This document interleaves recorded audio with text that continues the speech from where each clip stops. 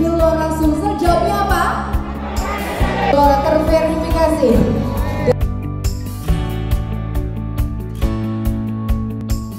Kita selesaikan di Partai Gelora ini insya Allah pada bulan Mei ini.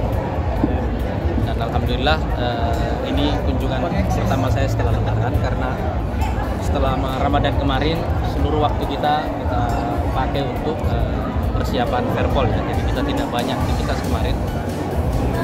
Dan alhamdulillah sekarang ini satu persatu DPW di seluruh Indonesia mulai menyerahkan berkas verifikasinya.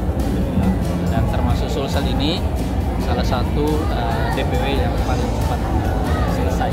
Target kita di Sulsel ini 8 kursi untuk DPR RI. Judicial review Partai Gelora ini diterima, dikabulkan oleh MK, di mana ada pemisahan untuk Pileg dan Pilpres, dan syarat 20% Pilpres itu diperoleh dari hasil pemilu 2024 nanti. Insya Allah kita yakin Partai Gelora akan mengajukan calonnya sendiri. Kita percaya dengan partai itu, karena sebagian besar sebenarnya kan mantan alek, sudah pernah di DPR. Jadi buat mereka sebenarnya baik dari satu dan dari tiga semuanya punya pengalaman. Karena sebagian besar dari calon-calon nanti bacalek kita ini di Partai Gelora, lebih dari 50%-nya itu adalah mantan anggota legislatif. Jadi mereka bekerja. Alhamdulillah sekarang secara struktur sekarang Partai Gelora ini sudah ada di 100% provinsi, 100% kabupaten kota dari 514 kabupaten kota, 94% kecamatan dari 7.235, dan sekitar 13% dari seluruh desa dan kelurahan di Indonesia. Desa itu kira-kira dan kelurahan ada sekitar 83.000 ya. Alhamdulillah sudah ada, dan kita sekarang punya sekitar 600, hampir 700.000 kader sekarang. Mereka ini punya pengalaman menang di setiap dapil. Ya kan, cuma karena off aja.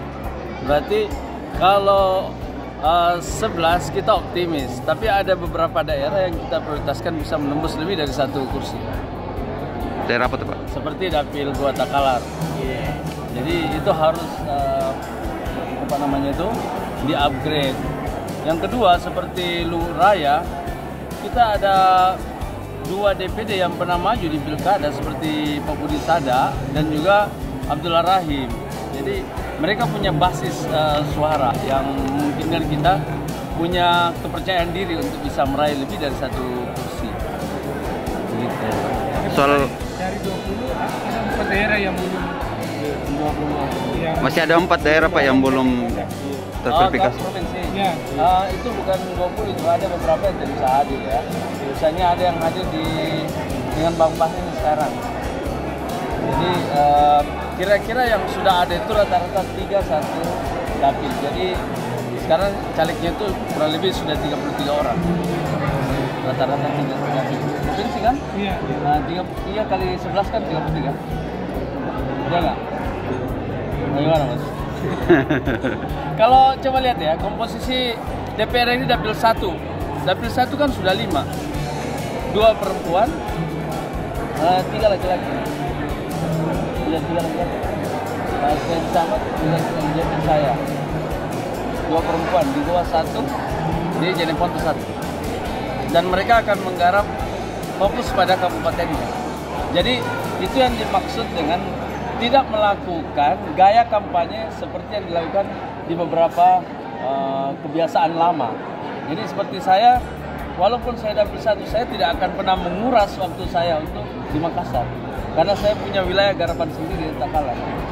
Jadi mereka akan fokus. Jadi kalau ditanya, siapa yang bisa wakili Gelora di Makassar? Ya, kita tinggal dorong Bang Muzakir dengan Nasir Haji Samad. Saya tidak akan ke sini. Walaupun mungkin saya punya pemilih di sini, tapi saya tidak boleh menghabiskan waktu di daerah. Takalar. Fokus Takalar. Coba Anda bayangkan ya, kalau saya jalan ya, melayani seluruh permintaan dari Makassar sampai Selayar, puyeng enggak? Puyeng Pak.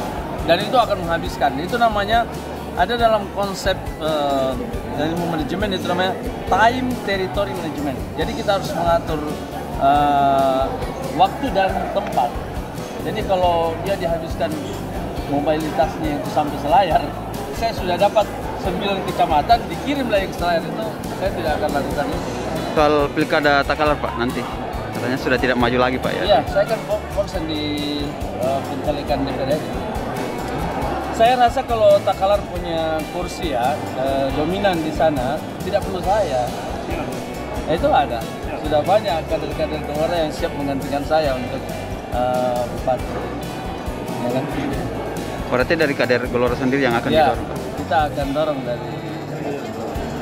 Kalau target jumlah KTA apa Ketua hingga 2024 ini? Itu 2022 ini berapa banyak peningkatan KTA? Awalnya kita mentargetkan kurang lebih 50.000 ya.